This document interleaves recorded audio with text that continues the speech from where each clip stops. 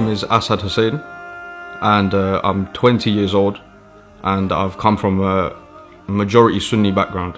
My whole family is Sunni. I've got about 1% Shia from Pakistan, and yeah, that's about it. And I'm studying criminology, criminal justice and law, and in the future I plan to take my career down the path of law and to be a lawyer, hopefully. Yeah, I've got 2 older brothers. Now, when it comes to religion, there wasn't any, like, we wouldn't really go into the Sunni Shia stuff.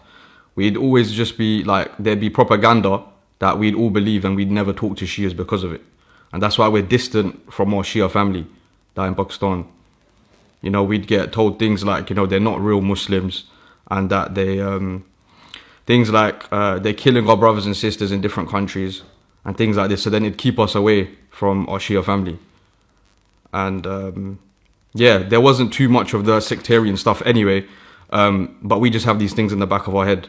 I used to go mosque, madrasa after school, primary school, every day, but they'd never talk about Shia stuff or Sunni stuff. It'd just be basic, you know. We'd get taught things like basically what the Sunni beliefs are. We'd just be taught them, but they wouldn't say this is just Sunni belief. They'd make out as the only belief. We'd get told from people around us and online that Shias would beat themselves because they're cursed. That was one thing. Another thing was they believe Imam Ali alayhi salam is Allah. And there would be another one which would say Imam Ali alayhi salam is our last prophet. And then they'd say things like we curse and we do this and we do that. Now what they do is they add truth with falsehood. So then, you know, it keeps us away. Like, we might think that it's the truth, but really it's actually the falsehood that they add to it makes it completely false. And there's no truth to it at all. I started watching videos on YouTube in a place called Hyde Park, Speaker's Corner. And there'd be loads of Shia propaganda there, coming from Salafis particularly. Okay, they would promote their belief and say that, you know, we're people of a Jew came up with Shiism. So I started believing these things. I didn't really question it. And when I finally saw that there was Shias that were actually at the park debating, because I'd become so extreme in hating Shias, I wouldn't listen to what they were saying. So anything they brought, I would reject it and say that, you know, they're liars, they're not Muslim, because we'd get put into our head that Shias are just like, they're not Muslim and they're trying to destroy us. I take you case, you're kafir. I take it, you're mushrik kafir. Yes. Thank you. You're mushrik kafir. I take you face. What, do you curse him behind closed doors then? No. No, he was just kafir. I tried to contact the Shias that were at the park, and at first when I contacted them, it was just on a hate type of thing. You know, I would just mock them and insult them. And then when I actually did start speaking to them, you know, things started opening up, and I started questioning more and more. I started researching. I started looking at PDFs of like Sunni hadith that were compiled and not actually shown to the Sunni community, you know. So there was actually loads of Shia belief that you can prove from their books that doesn't get shown to everyone. So so a specific hadith would be Hadith Thaqalain. Okay, now everyone would always say in that park and online everywhere, you know, we follow Quran and Sunnah. Obviously we follow that in principle, but that's not what the Prophet actually said, you know. So that hadith, I'm sure it goes something like, you know, I leave for you the Quran and my family, and if you hold on to these two, you will not go astray. After reading this, I would still make excuses and say things like, you know, oh, this is probably a Shia writing this and things like that, when I didn't really know about how hadith worked. When I found out it was in Sunni books everywhere, and the Quran and Sunnah thing wasn't really able to be authenticated, I started opening more and more, like I started having more and more questions. Then I started looking into the proper status of Imam Ali alayhi salam and the rest of the Ahlul Bayt. My overall reading and watching videos and altogether, it was about maybe 10 to 11 months. It could be 9 months, 9 to 11 months basically. Now I would get, there's someone, I should mention his name. His name's Sayyid Raza Rizvi. And he would send me books, but it wasn't Shia books, it was Sunni books. And there were like fringe opinions from Sunnis that would believe what we believe. You know, because there's people that say, you know, that's not from Sunnis at all. You know, for example, some people could believe that Imam Ali was greater than the other 3. Now, not everyone believes that, obviously, but there were people that did. So when I started looking into that, I started realizing that it's not just a Shia view. It was a Sunni view also, but then I was still making excuses and going, you know, the people that did fight Imam Ali alayhi salam, the people that did go against him just made mistakes. And then obviously in the Quran, Surah 33 verse 33 says that Allah purifies the Ahlul Bayt. Now, a logical argument in my head was, why would I follow people that are imperfect and can sin versus people that won't sin or can't sin? After about 7 to 8 months, when I was speaking to that to Sayyid Raza Rizvi, I wasn't admitting it that it was actually making a difference. I kept still trying to make excuses. I said to him I'd never become Shia in my entire life. And then about 1-2 more months down the line, I think about it every night. How can I follow these people after I know what they've done? So, and what the Quran says, that Allah chooses leaders on this earth. It's not by a shura. It's not by, councils and things like this, So all these things added together made me think I can't be on the truth. And it was just something that was never shown to us. I woke up one day and I called him and I said that I can't do this anymore. I've been thinking about it for too long and I can't stay a Sunni because it doesn't make sense. It doesn't make sense for me to be a Sunni and not follow the Ahlul Bayt. And then there is some people that do claim they do follow, but then I don't believe you can follow the Ahlul Bayt and the people that went against them, together side by side. Okay, so for example, the first caliph and the second caliph, the first caliph stole the Prophet's daughter's land, Fadak. Now, Sunnis would think that this is impossible, because he's the greatest person after the Prophet and the best friend of the Prophet. This would never happen. Now, loads of them don't know that this happened, and some do know it happened, but they make excuses, just like I was making excuses and saying that, it's a mistake or he did right. Now, if you just have to add all the hadith together, Sunni hadith proves it, so it can't be brainwashing because it's from their own books. Their own books literally state that whoever hurts Fatima Zahra, Salamullah alayha, hurts me. That's what the Prophet said. Now, this is from their own hadith. And from their own hadith, it also says that Fatima Zahra died angry with their first caliph and the second caliph. So if you add these principles together, you can clearly come to a final decision, who you should be following and in what regard you should be following them. And like I said, that Surah 33 verse 33 is clear enough, So we should be following the Prophet's family and their righteous supporters instead of the people that went against them at least once in their life.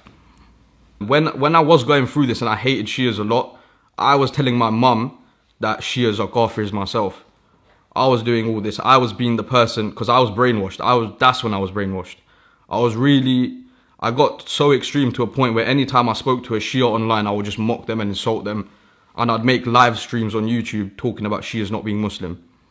And I went really, really extreme in it. And I'd just really hate on them. And so I didn't really tell them. I was telling them, my family, the opposite. My mum says, Ya Ali Madad. I said to her that was shirk. So I did all these things and, I was trying to bring them away from, being closer to it. And then in the end, when I did tell them, my dad was fine with it because he's on the side where, I have Shia family in Pakistan. Yeah, they're the 1%.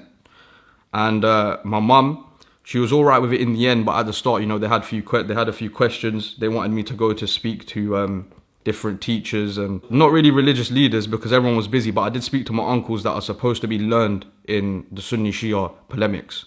Yeah, and then in the end, no one could refute the stuff I was bringing, so it just made my faith stronger. I've got a few cousins that say I'm not Muslim anymore, but other than that, it's been perfect. My mum, my dad, my brothers, everyone's fine. I've been speaking to my mum and my brothers about it, and they're just people that say if you pray 5 times a day, you read the Quran, you believe Allah is one, the Prophet is the last Prophet, then you're fine. So we still do have these debates about the Prophet's wives and how things had happened in the history. And when it does get to that, things do get a bit heated and stuff because they're elders and they don't really they weren't told these things, so they think it's just out of a random Shia book. So we can get to some conclusions, like we've had some progress, some people that did fight Imam Ali. Me and my family have come to the conclusion that they're not Muslim, and these were people that they respected before. Okay, so as a Sunni, all we saw it as was people, the cursed people are beating themselves and they're not Muslim, and that's all we saw it as. We didn't see it as mourning for the Prophet's family or nothing like that. We just saw it as extreme behavior and fake Muslims. Then as a Shia, I went to Marble Arch and then I did go down to Tooting. And it was when I saw it from this point of view, it was different. because then I knew why everyone was mourning.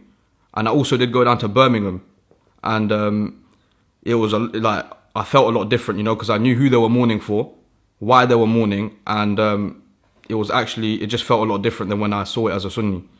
There was this thing that we used to debate when I was researching about Imam Hussein alayhi salam sacrificing himself and the 72 martyrs with him.